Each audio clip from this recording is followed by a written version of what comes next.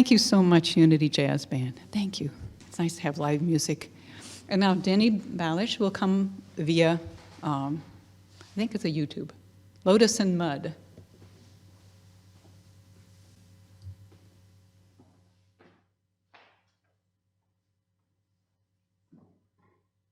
Good morning. I'm honored to be with you today as we continue our book study of Pema Chodron's Welcoming the Unwelcome. Let's begin.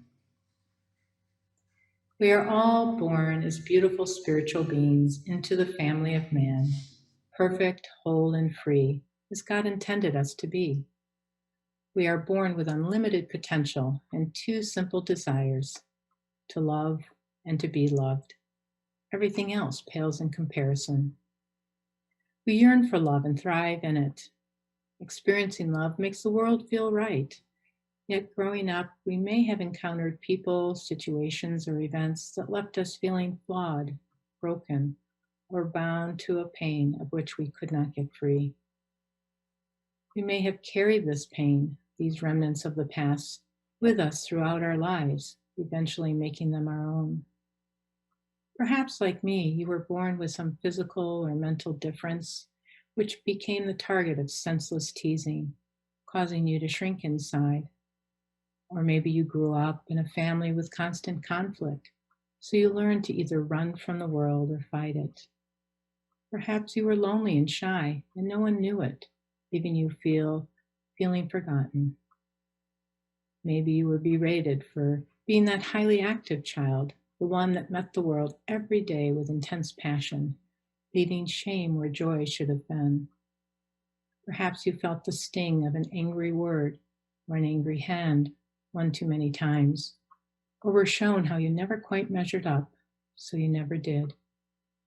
Maybe you were told your ideas were far too fanciful ever to come true, so you let your dreams die.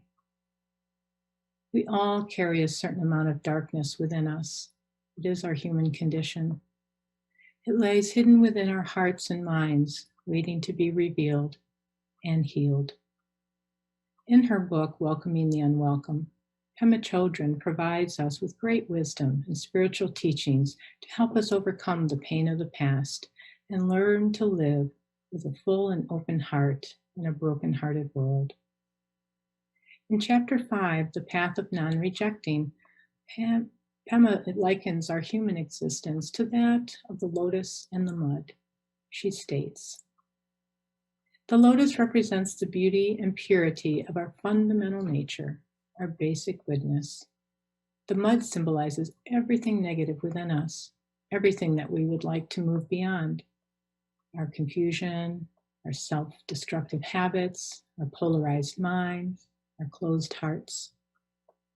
Do you, like me, find it easy to love yourself when the bright, capable, productive one shows up? But what happens when we hit a snag? What happens when our confused, self-doubting, procrastinating self emerges? What do we do then?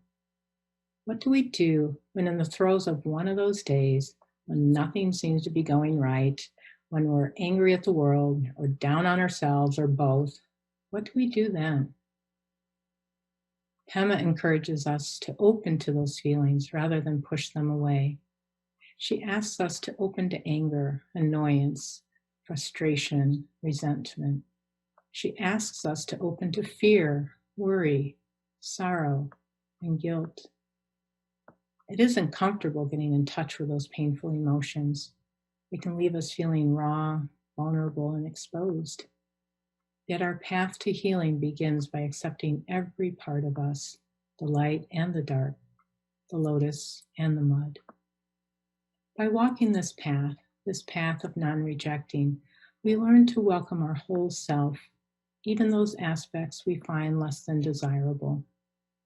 As Master Teacher Anam Thubten Rinpoche states, "Wisdom teachings tell us not to reject anything about ourselves and embrace all aspects as the same. Gold is the same as dust. Lotus is part of the mud. We are light and dark, lotus and mud. As much as we might want to hide or ignore our less desirable parts, we are asked instead to embrace them as inseparable aspects of our being in need of our utmost attention and our devotion to healing. The path of non-rejecting is not an easy one. It takes courage, patience, and grit. It takes facing our pain and the suffering it creates, both for ourselves and for others. It takes welcoming pain, sitting with it, until bit by tender bit, it begins to melt within the warm compassion of our heart. As Rumi says, what hurts you blesses you. Darkness is your candle. I liken our devotion to healing to what Carolyn Casey, a visionary activist, calls our dangerous, beautiful assignment. Dangerous because the path of non-rejecting is fraught with uncertainty and risk. Beautiful because it leads us back home to ourselves. It's like embarking on the hero's journey, leaving the world we know for uncharted lands filled with unwelcome foe. Yet, if we are steadfast on our journey, we find our way through this unknown world and return home transformed. On this path of non-rejecting, Pema encourages us to acknowledge all negative aspects of ourselves and embrace them as we would our so-called positive qualities. In a sense, we are asked to welcome our demons and dragons, just as we would our inner sage or loving guardian. This can be hard to do. It's not necessarily fun to cozy up to one's inner ogre, but if we don't, it will continue to wreak havoc in our lives. Pema reminds us that if we reject even a small part of us, like our inner ogre, we reject the whole of us, which only increases our suffering. And the more we suffer, the more we hurt. And the more we hurt, the greater the likelihood we will inevitably cause suffering in others. By acknowledging our pain in the moment, we say yes to life just as it is. This dismantles our resistance to pain and creates space for healing transformation. This doesn't necessarily happen overnight. I'll give you an example. For many years, I carried with me the shame of having been born with a severely crossed eye. This condition resulted in a lack of depth perception and permanent double vision. My eyes became the source of considerable fear and concern for my parents, who worried, among other things, that I might go blind. Later, when I entered school, my crossed eye became the target of horrible teasing and name-calling. I did my best to hide my lazy eye, but I knew I was different and not in a good way. One day, well into adulthood, I came upon a Native American animal medicine book. I learned that in some Native traditions, crows, who were seen as crossed-eyed due to their appearance, were revered as the keepers of sacred law, with the unique ability to see into the inner world of spirit and the outer world of man at the same time. I said to myself, that's me. In that moment, the dark mark that had gripped me since I was born released its hold, and I got free. And I'll have you know, to this day, crows are my favorite bird. I tell this story because we all hold erroneous beliefs about ourselves that weigh us down. The stories that speak of lack or limitation yearn to be transformed into new narratives that speak to our highest good, that allow us to flourish. To succeed in our quest of transformation, we have to be willing to let go of who we think we are to become the person we are meant to be. To assist in this letting go process, Pema introduces us to two non-rejecting methods. The first I call surrender to the feeling, and it goes like this. When an unwelcome feeling comes up, welcome it, lean into it, feel it fully. Allow that feeling to intensify, to grow as big as possible, and until you can no longer hold it. And then release it. See it float away like a balloon carried on the wind. Pema reminds us that this practice isn't about getting rid of our mud, but rather a way of putting our bad stuff in perspective, like how my perspective shifted towards my lazy eye after opening up to a new way of seeing it. The second method is Tonglen, which we experienced both last week and this morning during our meditation time. As a reminder, Tonglen is a conscious practice of breathing in suffering and breathing out compassion.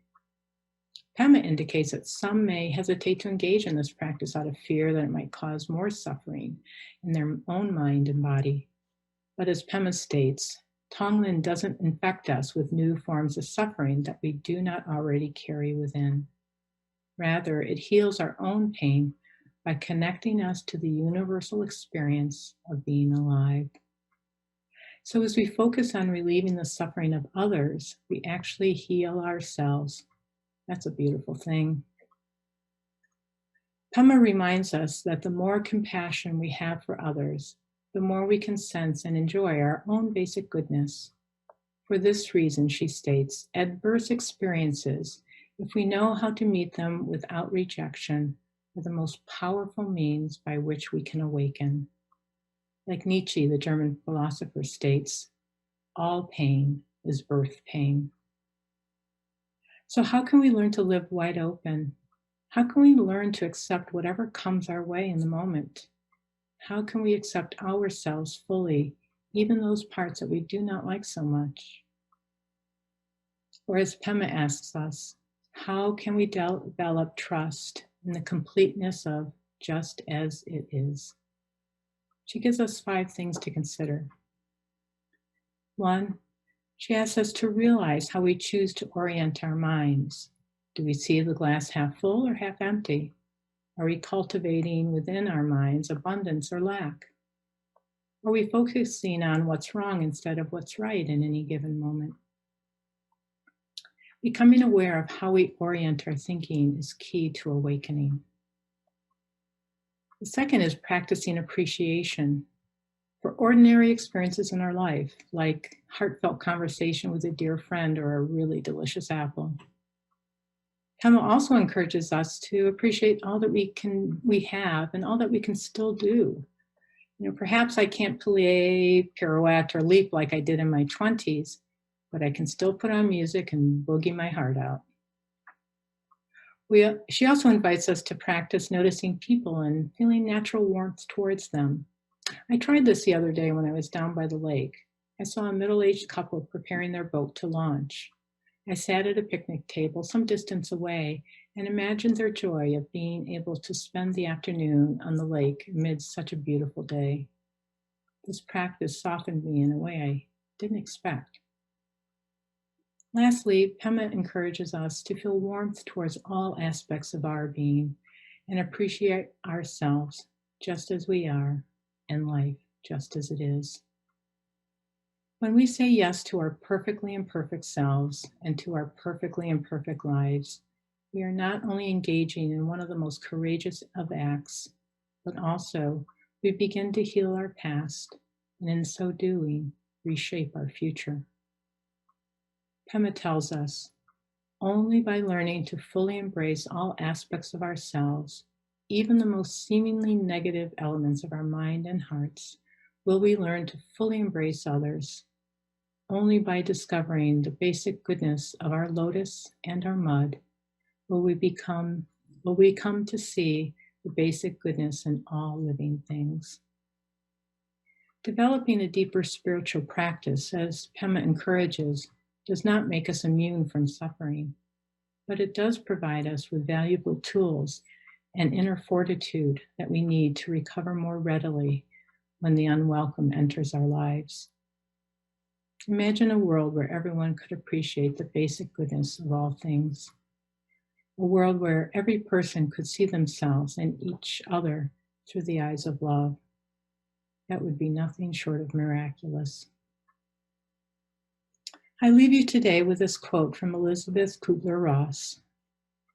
The most beautiful people we have known are those who have known defeat, known suffering, known struggle, known loss, and have found their way out of the depths. These persons have an appreciation, a sensitivity, and an understanding of life that fills them with compassion, gentleness, and a deep, loving concern. Beautiful people do not just happen. This week, may you embrace both your lotus and your mud and see the beauty that you are now, have always been, and will be forever. I bid you peace.